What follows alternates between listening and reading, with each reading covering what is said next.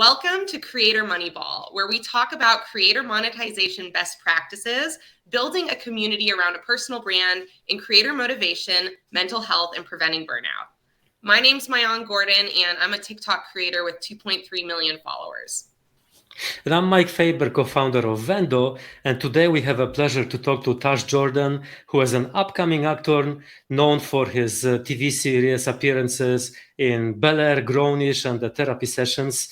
And you might also know Tash for his Instagram presence, and his account is I am Tash Jordan. Tash, great to have you with us. Welcome. Yeah, thank you for having me, Mike and Mike. Yeah, it's a pleasure to be here. Absolutely. So I think, one of the things I know I'm always curious about as a creator is just kind of what your creator journey is. I think, you probably have a little bit different of a journey being focused on acting versus a lot of creators like myself, started with social media and kind of tried to develop some skills through there. So it'd be really cool if you could just kind of tell us, how did you get into being a creator, both on the actual acting side, like you're creating performance, but then also creation when it comes to like social media and in digital content? Before I even arrived in Hollywood, I was pursuing the NFL, and yeah, wow, that's all I wanted to do. So what happened was, like, after my senior year, I went through a post-sports depression. And anybody that's played sports in high school, you know what I'm talking about. That last game, you don't want to go back to school because the one thing that kept you going throughout these years is gone. And so, yeah, I didn't want to go to school, had nothing to look forward to. One day in English class, we was reading 12 Nights. And me being the type of person I am, I decided I wanted to keep everybody entertained, because reading Shakespeare in high school, it was boring. Nobody gave it the effort. We were going to sleep. So I'm like, nah, we're not doing that. So I talked very animated, what I mean, in a fake British accent. Then after class, my friend told me to try for the musical. And so I did, because it was the winter time, had nothing to do. I'm like, yeah, cool. Yeah, I'll do that. I auditioned, and then after opening night, I decided I wanted to become an actor, because there was something about being on that stage with the lights shining down on you, and you do your thing and the crowd go wild. You feel like Michael Jackson. And so what I decided to do was pursue acting and play football at the same time. I played 2 years of college ball. That it didn't work out. Yeah, college sports, it's a job. Like, I lost the love for the game, so I walked away. Dialed into acting, which now, this is my sophomore year of college. I took a digital media class, where we learned how to do video editing and like create content. So this is where the journey began. In my camera that I first started with was the Nikon D3200. So it was like me and a buddy of mine. We just started to like create funny skits, because we were both, I said, energetic, funny people. So yeah, we put our heads together, and yeah, like the content created, edited on Premiere Pro, started putting on YouTube, on Facebook for people at our school to see our videos. And once my buddy, he ended up transferring, it was just me. And so that's when I started going into my own creative journey, just recording videos of things that I like doing. Dance videos being one, comedy skits being another. And that's how it was for a little while. And yeah, well, as social media has evolved, things changed. And now I am at the fork of the road, where I'm now using my acting career for social media. So I get people like behind the scenes. So people asking me all the time, like, hey, what's it like being an actor? Like, how'd you do this? How'd you do that? I can't really give you a step-by-step process, because everyone's journey is different. But what I can do is show you what I've done. And this is behind the scenes. So yeah, that's where we are right now with my content creating journey. That's amazing. Thank you for sharing all of that. I've got so many questions. I'll ask one, and then I'll kind of let Mike ask one as well. So I know, like, a lot of people, myself included, when I first even started posting on social media, there's kind of that fear of people judging you. And it sounds like, I mean, for you to just say, yeah, I'm going to do this musical, did you deal with that? Were you worried about like what people might think about you or just judgment? Or was that something that you just kind of already had a mindset around? I'm just really curious about your, how you deal with that or how you've dealt with it. It's wild funny because at that time I wasn't the most secure with my voice as a singer, but like yeah, I ain't gonna lie, I just did the audition. Like, I didn't have no attachment to it or whatsoever. And then once I found out I made it, it was like, all right, cool. So yeah, now I'm a master's character and everything. Yeah, as far as performing wise, having that anxiety, I've never had anxiety towards performing because I like performing. Naturally, you have talent and you're using it both for your TV appearances and your social media.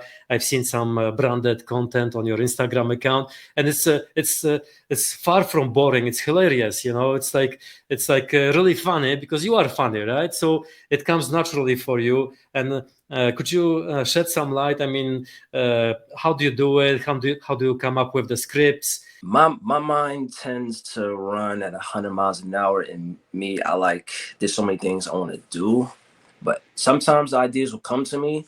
Like I'll be walking around, it just comes to me, and other times I will sit down and brainstorm ideas. Other times I'll be watching something and I'll catch inspiration from it, and I'll take what I like and put my own spin to it. So yeah, there are many ways to come up with content creation. Awesome. Once you have an idea, do you have kind of a process from, okay, starting with, your list of ideas? Do you write scripts? Do you just pull out your phone and start filming? Like after you have ideas that you want to make videos of, what do you do next? Okay, so once I have the idea, I'll write it out on a piece of paper as far as script and everything. And yeah, I'll come up with the script and I'll just start to figure out where I'm gonna record it. Am I gonna record it now? Am I gonna record it later? Most of the time I'll record it then and there, and I'll just start. Yeah, I'll record it until I get the takes I like. And once I get the takes I like, yeah, like I'm a very precise person. So once I get something, I get it, I edit it, and then it's like, okay, done. When we're gonna post this? All right, I'm posting on this day. Move on to the next thing. And do you find that some clips, some formulas or some formats of your videos work better than others? I mean, I guess you just have to be funny, and then anything goes, right? And just people just love it. But yeah, I do try to see like what draws people, and also see what interests me. See if I can find that balance between the two. Where does the motivation to create your content like come from? Now, before, like back in, let's say 2015, it was the other category, just trying to get a reaction to people, trying to go viral. But yeah, but over the years, I realized, yeah, that doesn't work with me and it's not sustainable. So now I just do things that I feel are interesting, stuff that I have fun doing. Are there rules about like, what is okay to film in terms of like backstage, or like when you're talking, or trying to film around like really big names? Is there like an etiquette to that, or like how do you navigate that? So, as far as like Hollywood TV shows, they say like you can't really announce things. So like I said Bel Air, because said this has been going on for a while. I could talk about that. Now before it came out, yeah, now you gotta stay hush hush. Yeah, that's the etiquette right there. So if it hasn't been announced on deadline, do not put it on social media. Is that hard? Like, do you feel really tempted? No. No, That's it's very good. yeah. I'm a type of dude. I like to move in the shadows and then pop up when need be.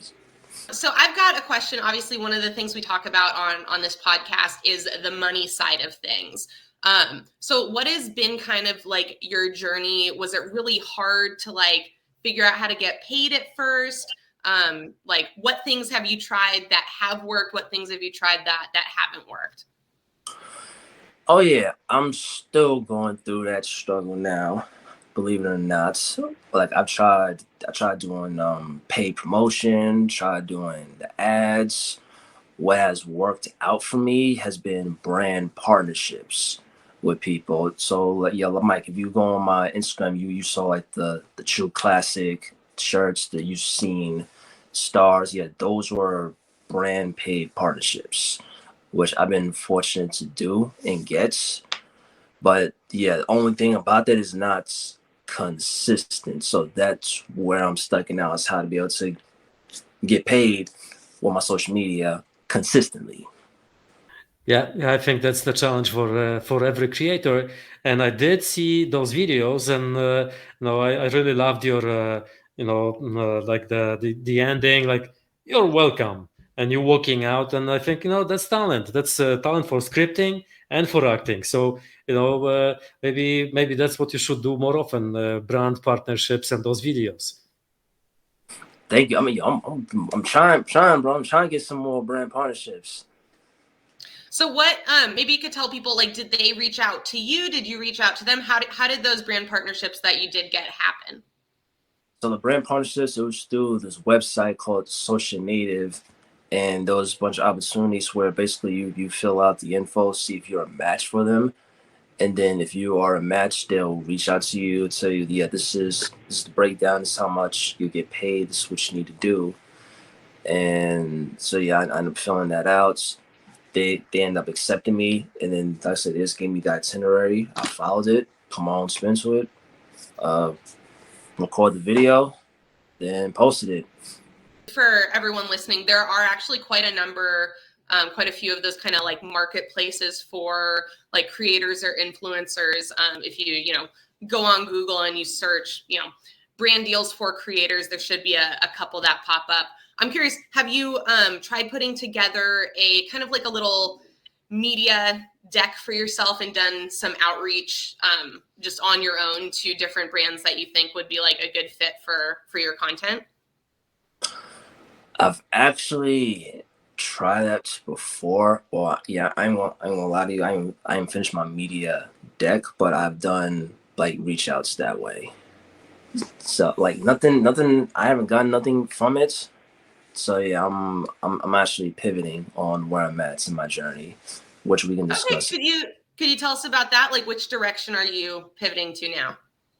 All right, so the direction I'm pivoting to, I'm actually planning to just leave Instagram and go on to LinkedIn, just Yes. because. Yeah, yes. I'm leaving Instagram, hopping on LinkedIn, just because that's where like the business people will be at, Yeah. and Instagram is a double-edged sword. Great for connecting, great for, let's say, keeping up with the trends, but it's very distracting. And there's a lot of things I want to accomplish, and I know like Instagram is a distraction for me, so I have to get that out of my focus and move on to LinkedIn, where the decision makers be. Like that's where real money is. LinkedIn, not Instagram. Yeah, that's where we met, Mayan, right? We met on LinkedIn because that's where people go to actually, do some business together, talk about, have a conversation about how to make that money, right? So that's a good move. I'm only wondering how will you demonstrate your acting skills, because people on LinkedIn are not so used to, watching videos. Maybe I don't know, keeping both, Instagram and LinkedIn would be actually the right move. I'm not sure.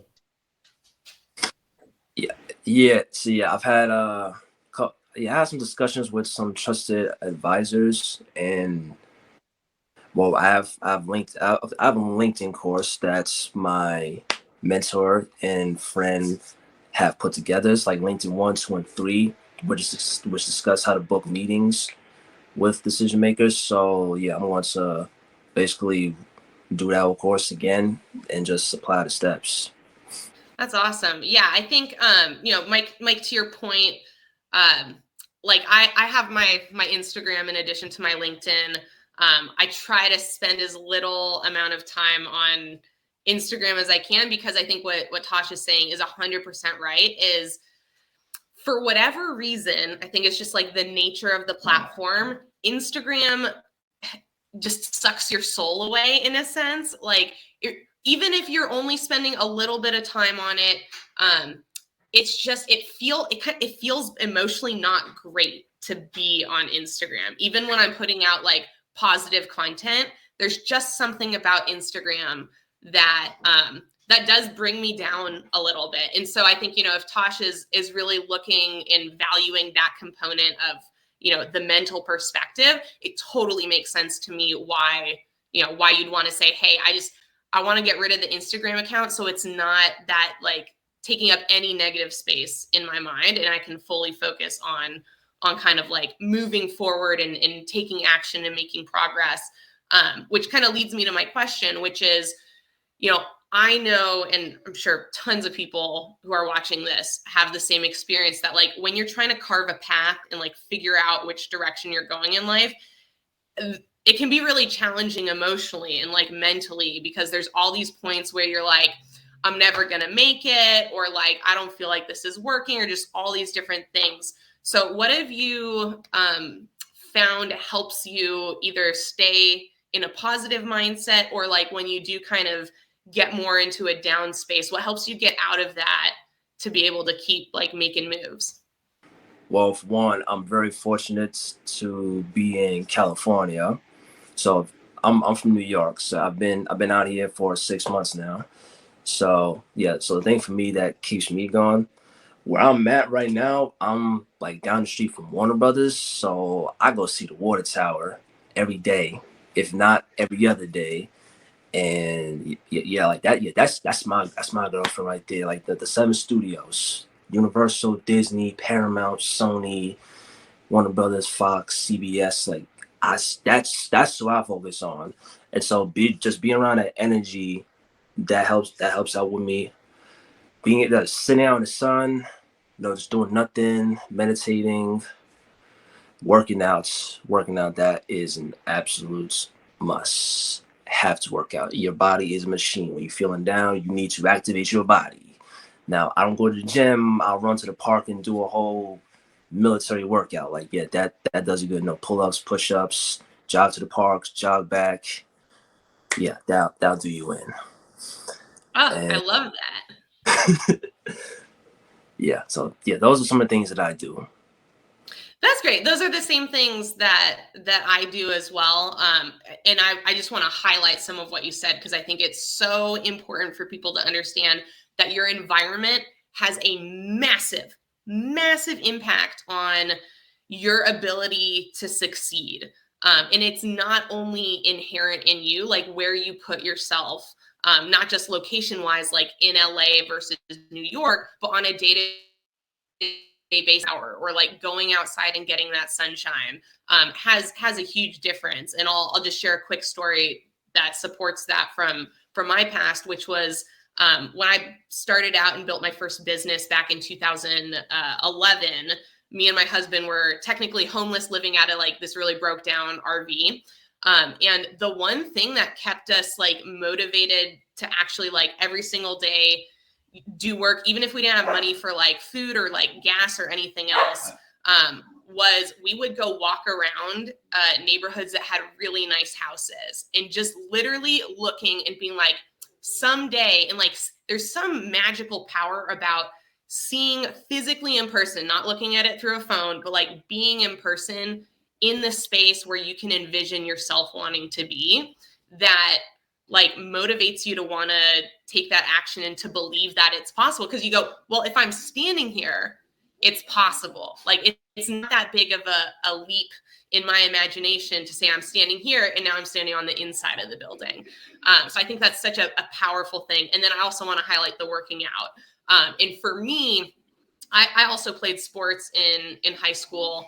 And then I stopped when I like dropped out of college and went through some life stuff and figuring out my life, which I'm still doing, still figuring out my life. But stopped really working out. And I think that really made it harder emotionally for me. And when I started working out again, I was amazed to be able to reflect that, like just how our bodies work. Like you're saying, when you move your body, your brain releases a whole different set of like neurochemicals you can't help but changing how you feel. And then I think there's also this component I notice, like, especially if you don't feel like working out, which we often don't when we're like down, when you do it, you all of a sudden you feel kind of like a badass, and you can't be like depressed or feel bad about yourself when you also feel like you're a badass for doing something that you really didn't want to do and doing it anyways. And I think that's such a powerful, like, momentous force that once you have that feeling, now it's so much easier to be like, okay, I'm gonna go do this other thing. So I love that you shared that. That was amazing. Yeah. Absolutely. Yeah. Oh, yeah. Other thing too, like, yeah, like I said, the environment definitely has something is very important. Like, outside my window over here, I have a billboard, which I can envision every day. And then over here, well, yeah, I know y'all can't see, but yeah, from where I'm seeing, I see the outskirts of Universal Studios. So, like, no matter where I go, I have a reminder of why I came out here. Yeah, absolutely. Do you still dance? Because I know you're a great dancer, and having Michael Jackson for an iconic hero. I mean, you must be dancing from time to time, right? Always dancing. Yeah, that never stops. Yeah, that helps me too. So yeah, workout, dancing, whatever makes you feel better, right? Absolutely, man. I've done an incredible job kind of sharing, what got you to where you are now. How much time or energy do you put into thinking about the future, and like what have you thought about your future? Do you like have a really clear direction of where you're going? Are you still kind of like navigating and figuring it out? And in that same kind of vein, what are those steps that you're going to be taking in the next year that kind of set you up for that future that you're trying to build?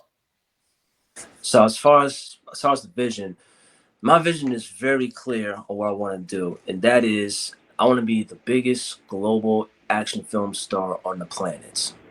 I'm talking like next black action hero. Like I said, with Chadwick gone, there's a void for black action heroes, so I'm going to fill that. Now, with that being said, what I'm gonna be doing, well, leaving Instagram is one step, first and foremost. Uh, Another step is start taking stunt classes.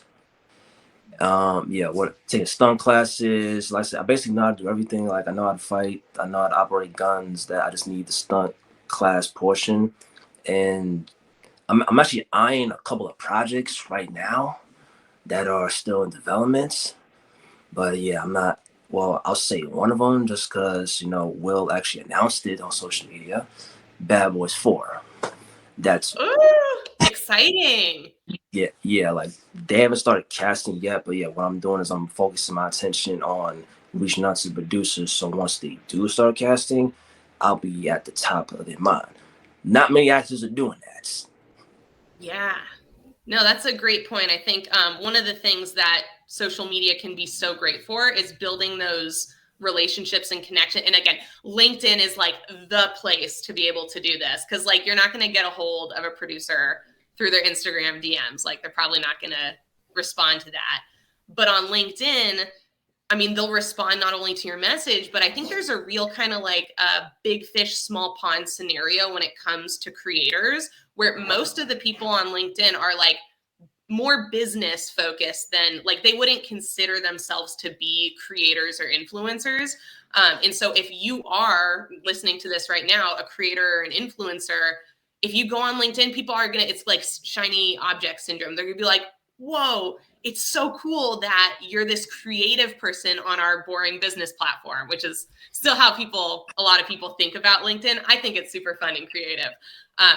But I think, yeah, there's just such a huge opportunity to build those relationships, like you said, so that you're top of mind when things come up. Like, you're not always going to get a deal just like right when you message someone. It's really about building those relationships so that when the opportunity comes up, you're in that right position for it.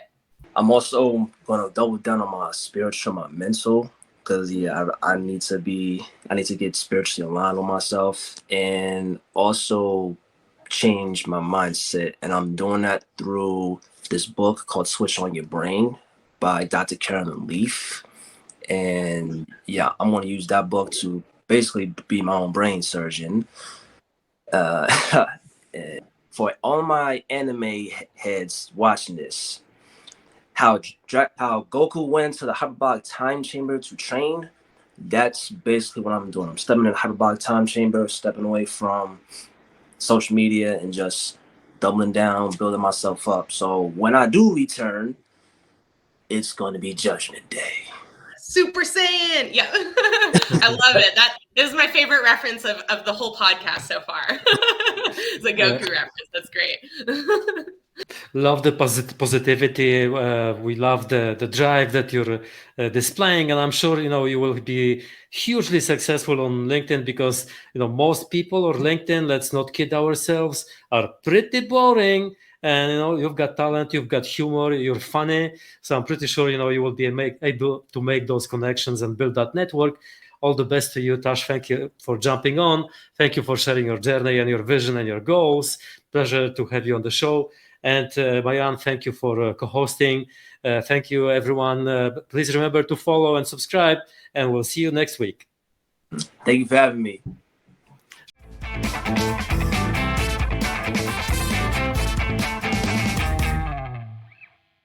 Tash, it's a pleasure. Stop chewing your foot. Sorry, my dog is being a naughty dog. Come here. Come here. I thought I heard a bark. Yeah. I've got 4 dogs, so sometimes it's a little bit more chaos than I would like. This is Kronos. Oh, hi, cutie. Hey.